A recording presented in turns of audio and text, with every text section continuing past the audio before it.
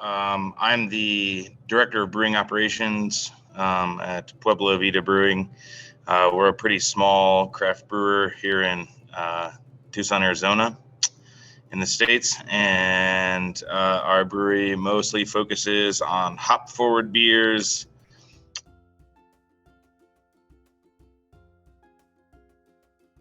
Yeah, so we sort of pride ourselves on being what I like to call a R&D brewery. We pretty much do R&D all the time. We have two flagships, and that's really new for us, maybe the last 6 months.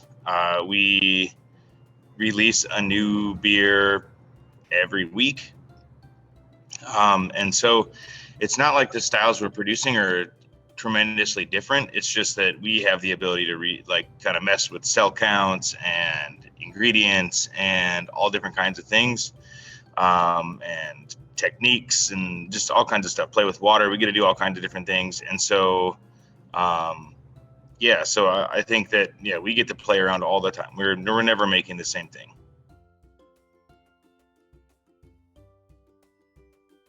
So we manually counted just with a regular hemocytometer. We did that for 6 years, 7 years. I've been doing it for 15. So that's the old way. That's how you have to do it.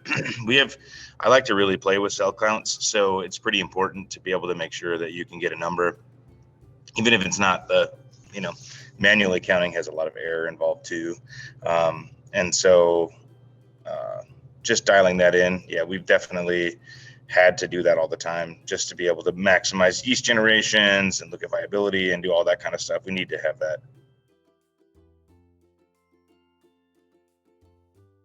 It was me mostly doing it.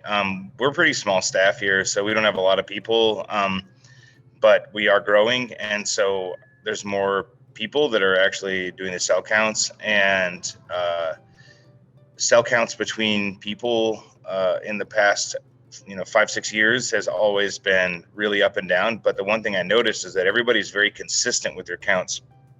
And so usually in just a manual chamber count, one person would, count those 5 blocks, and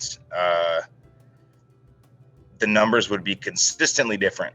And so that was really important to notice so that we could find some sort of keys along the way, and then follow with fermentation health and stuff and just make sense of it. But it's just so much easier with something that's automated, because, even if, I don't know enough about the technology of it all, but I pretty much realized that thing it's a robot. It's not going to change anything along the way. It's always going to take the same picture of everything all the time. And so it is going to be the only real variable in there. That's the biggest thing, was between users, and then consistent cell counts was really important. But I really like, the one thing I like is that you're storing data instead of just putting a number into a spreadsheet or something like that. You're storing data so you can look back and I can see pictures of yeast health and what's going on and that kind of thing. And being able to look back at what happened, that's pretty awesome, to be able to look back at past analysis and stuff like that. That's been pretty big.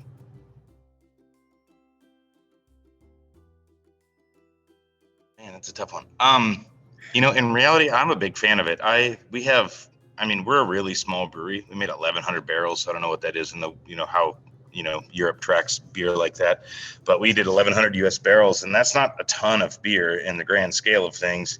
But I really like instruments. So we have, we don't do any hydrometer readings or Brix readings or anything. We do everything with, PPB DO meters to, everything we have is a machine. Everything that tests everything, we test our gravity of our wort with a densiometer. So I don't like humans are the biggest mistake, and they make the biggest mistake. And so the one thing about instruments are, even if they're off, they're going to be consistently off.